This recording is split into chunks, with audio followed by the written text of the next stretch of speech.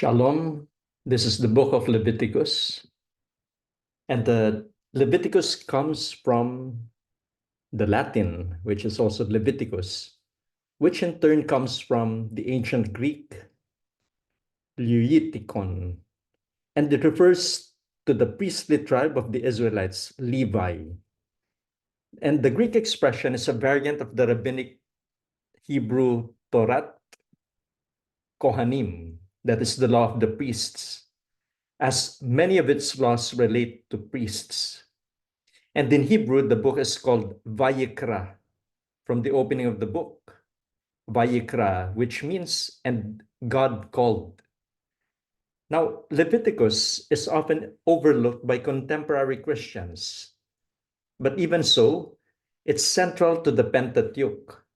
You must have begun reading the book of Exodus and then only to stop because it's not easy reading. It's not a narrative for most of the parts.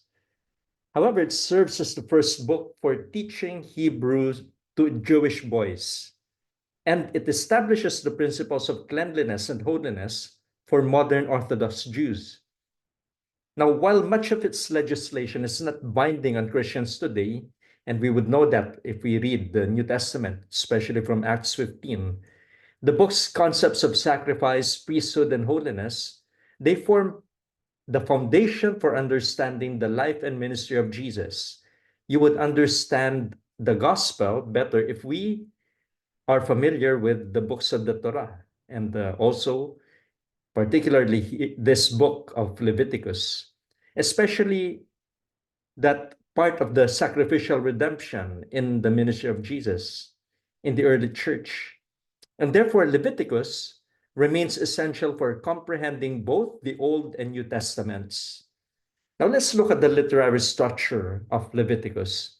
It contains less historical narration than any other book in the Pentateuch, and you would notice that if you delve into reading it. There are only two narrative units.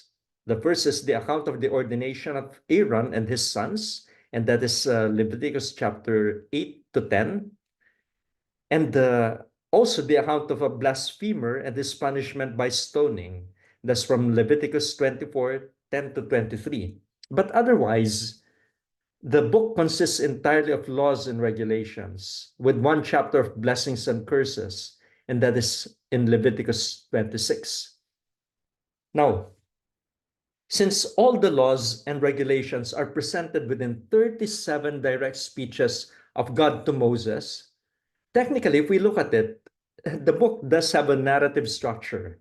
It is the account of a series of divine monologues given to Moses at Mount Sinai before the Israelites set out on their journey through the desert to the promised land. So that discourse is really part of that narrative structure. And so we can outline the book in this way. We can divide it into 7 parts. The sacrifices, that's Leviticus 1 to 7. And then the priesthood, Leviticus 8 to 10. The cleanliness code, and that's Leviticus 11 to 15. And the Day of Atonement, Leviticus 16. And then we have the holiness code, and that's from Leviticus 17 to 25.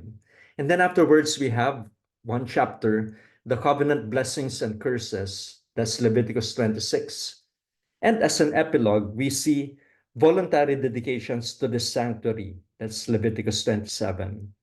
And on the left, you would see the font is too small, but we're not intending to read all of it, just to show to you the outline. And then with the subtopics up after the chapter titles. So the chapter titles are there on the right, and then on the left, you would see there the details. Like, for example, the first one about the sacrifices, Leviticus 1 to 7, you would see the whole burnt offering in chapter 1, and then the grain offering, the peace offerings, the sin offering, the guilt offering, and then special instructions to the priests about the offerings. And that's from chapter 6, verse 8 to 7:38. And then we see the different kinds of offerings also according to how the priests should be offering them. So again, burnt offering, grain offering, consecration offering, the sin offering, guilt offering, and the peace offerings.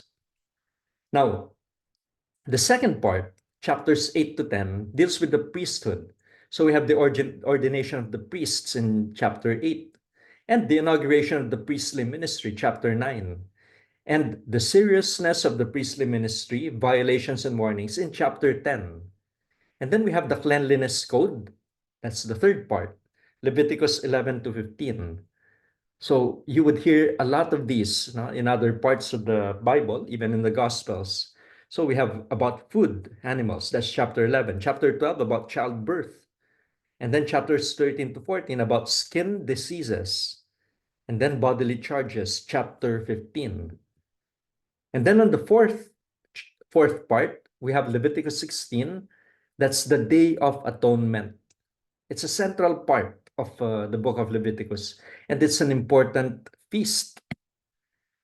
Now, this one is important, the fifth part of Leviticus, the Holiness Code, and that spans chapter 17 to 25.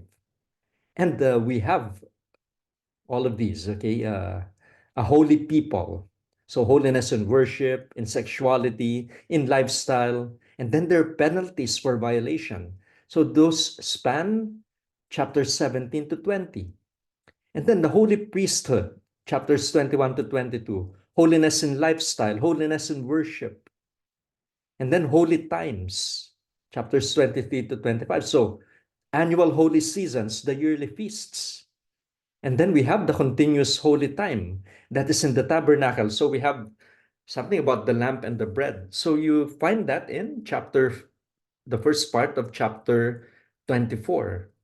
So it's really beautiful now because we celebrate the liturgy in the church, and somehow this setting aside holy in the biblical sense is to set apart these different things, okay? Even time, it's found here in the book of Leviticus. And then there's a violation of also of holiness, as what we have mentioned. It is a part which is a narrative, and that's in chapter 24, verses 10 to 23.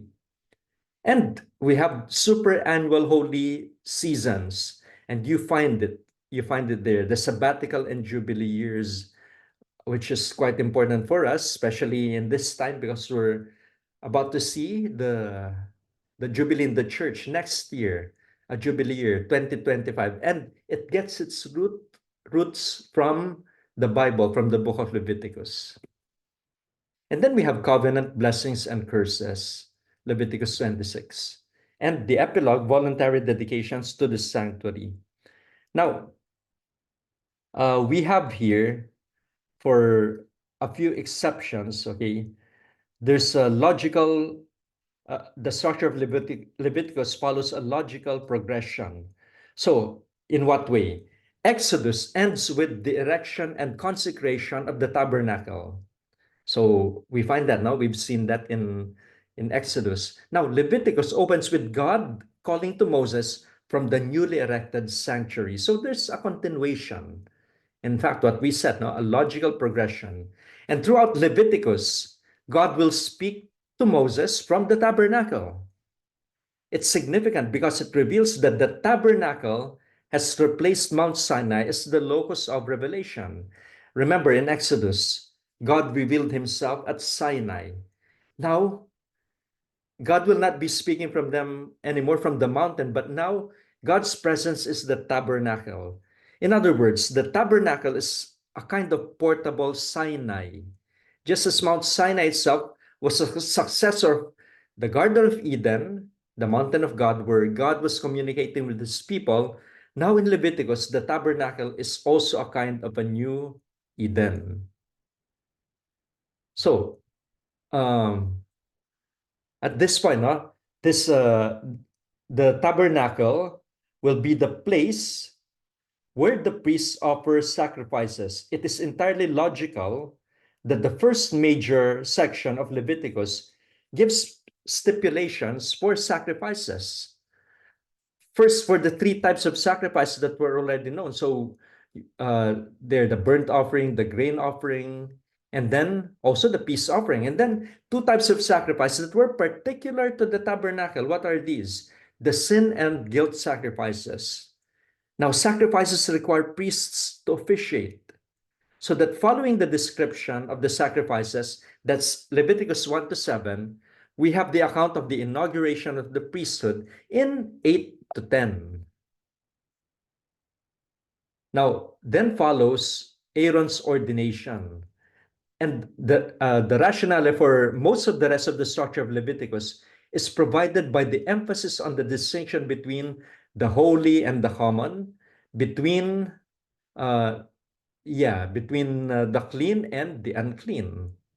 Okay, so uh, we see that a lot of the many parts of this book, okay, much of Leviticus revolves around these two category distinctions. So there's holy versus common, and then there's clean versus unclean, which I think we have to continue that concept in our own times. What is holy, what is profane, and the distinction between clean and unclean, that's detailed in Leviticus 11 to 16. And there's a culmination there, the Day of Atonement, the primary cleansing rite for the entire nation.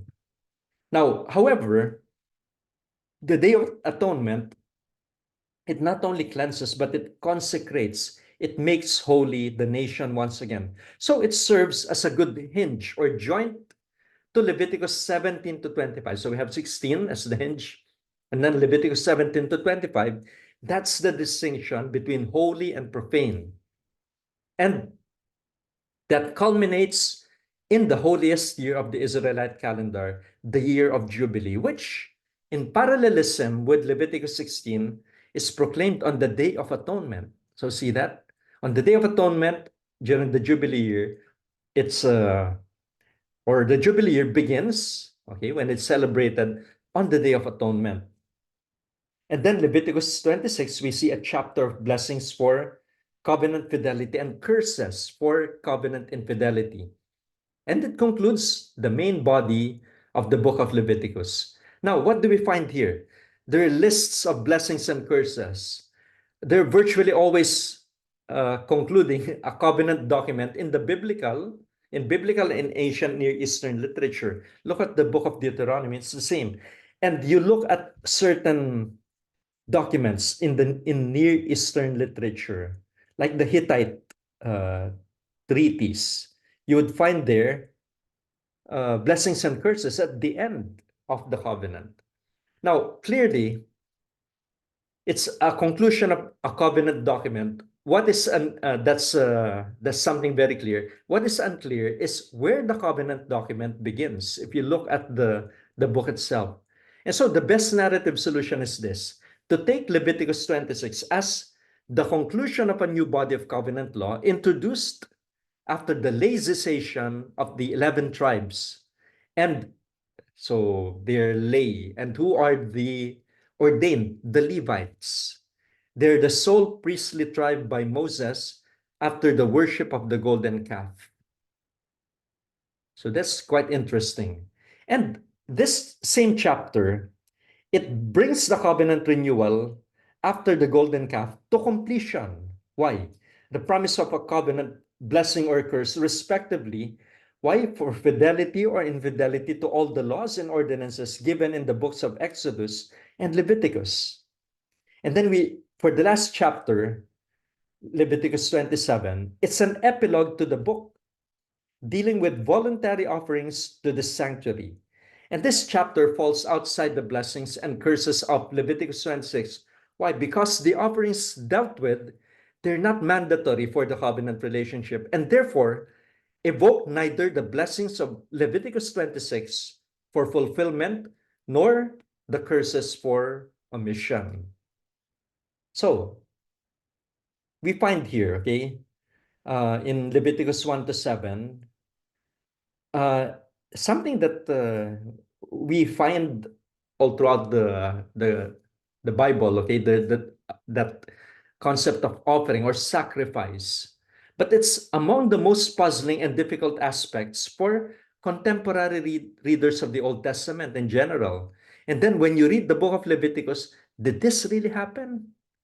So, in particular, is its description of and emphasis on ritualized animal and vegetable sacrifice that they burn. So, what does the God of the universe demand all of these sacrifices from the Israelites? Why?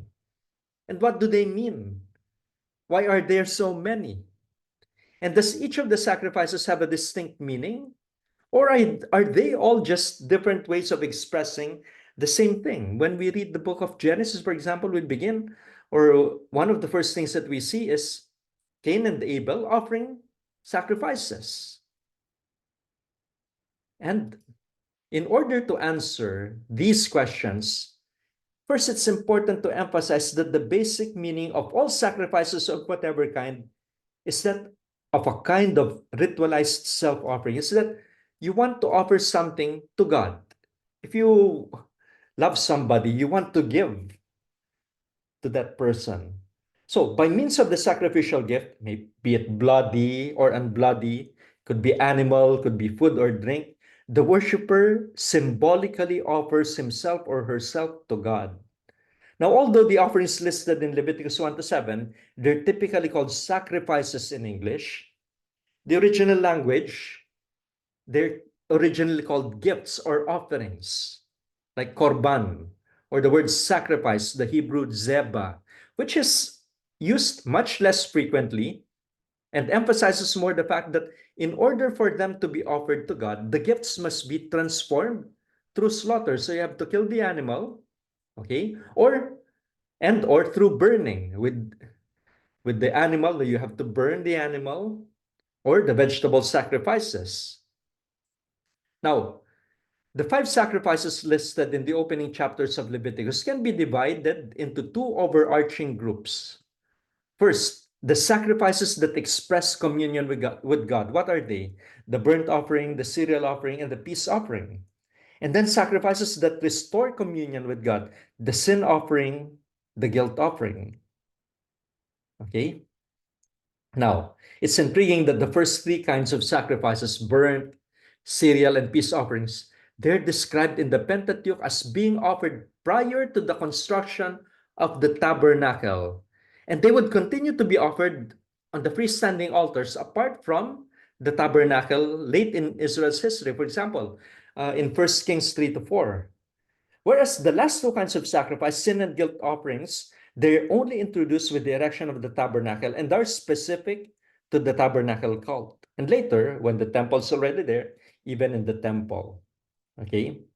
Now, uh, there's a special offering, okay? The burnt offering. It's called the ola. Okay, ola. The ola is in Greek it's called holocaust, okay, or holocaust. That's where we get the word holocaust. Now, the Hebrew name for this offering literally means ascending, ola, okay, ola, because the entire animal was it ascends. It goes up in smoke. So you burn everything.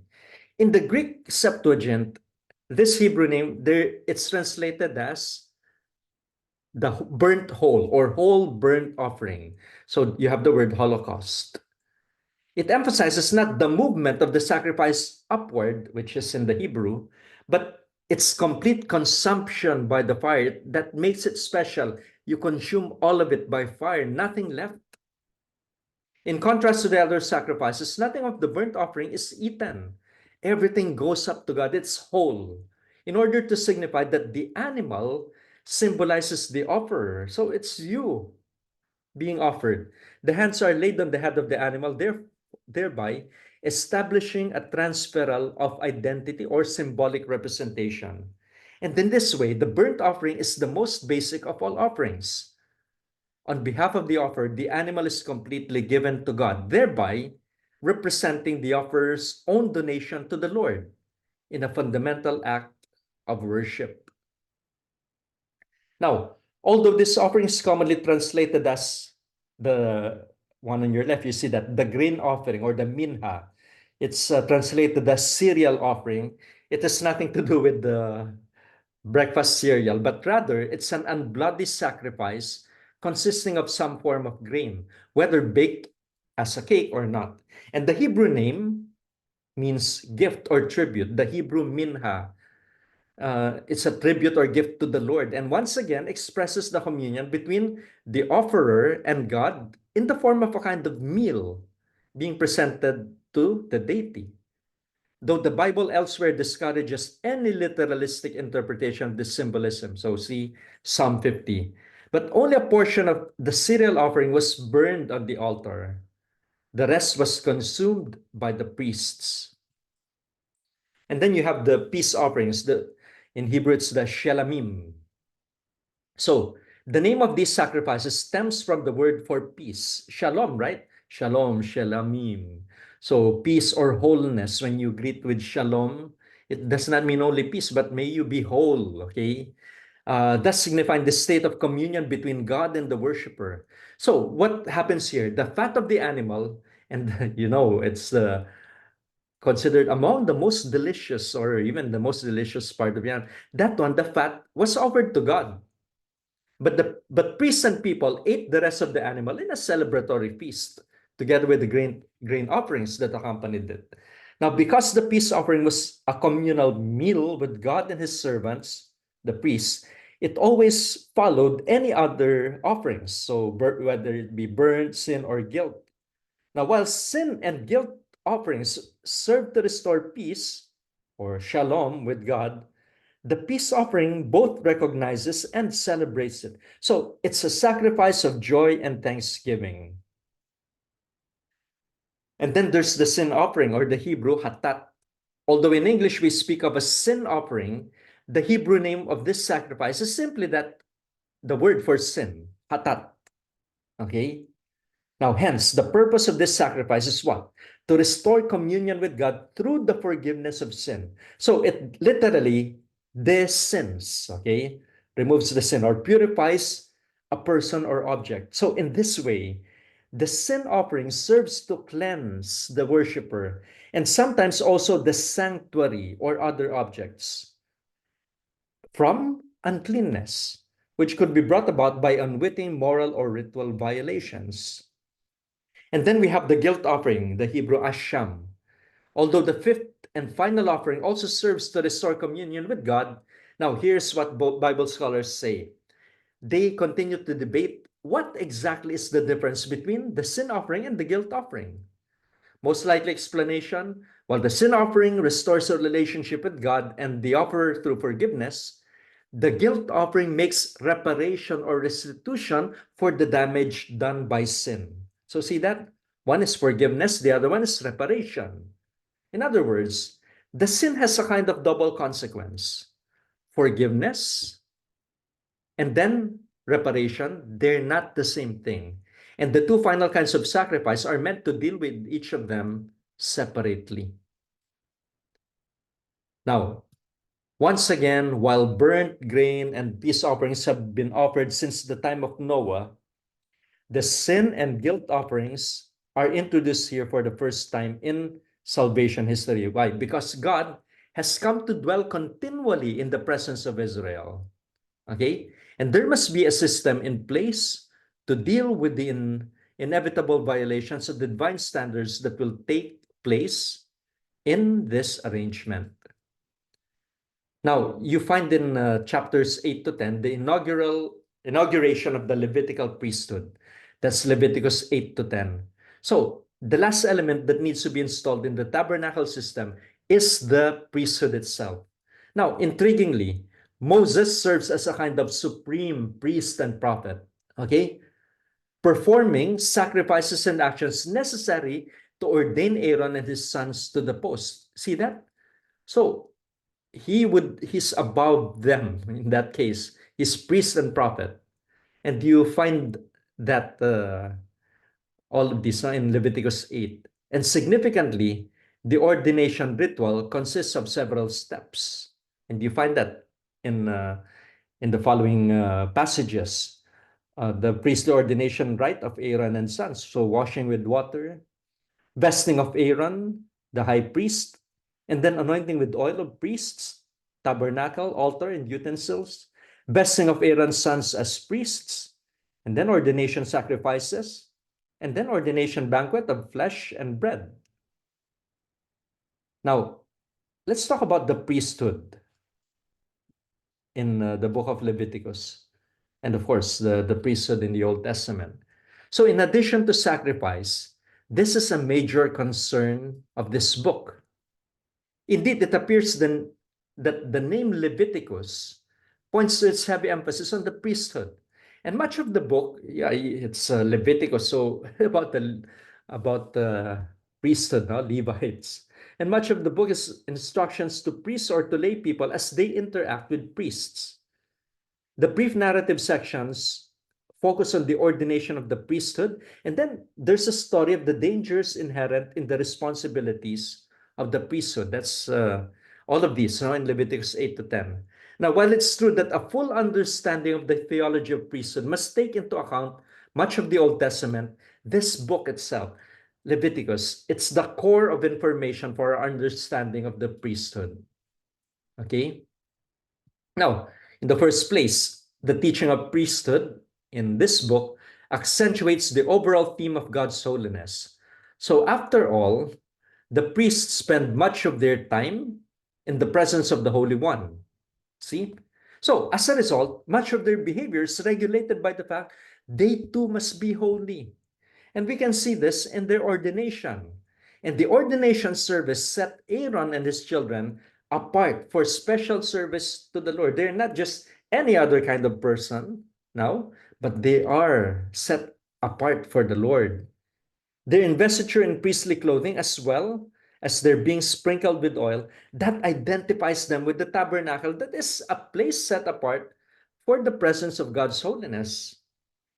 That's why when even our priests in the Catholic Church, when they wear vestments, it means you have to see that as they're set apart. When they have their habit, and then when they have their liturgical vestments, that one is very much connected with their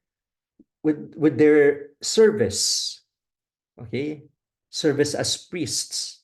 So in that way, they're set apart. Now, yeah, they also offer sacrifices to atone for their sins. So in this way, they themselves become holy.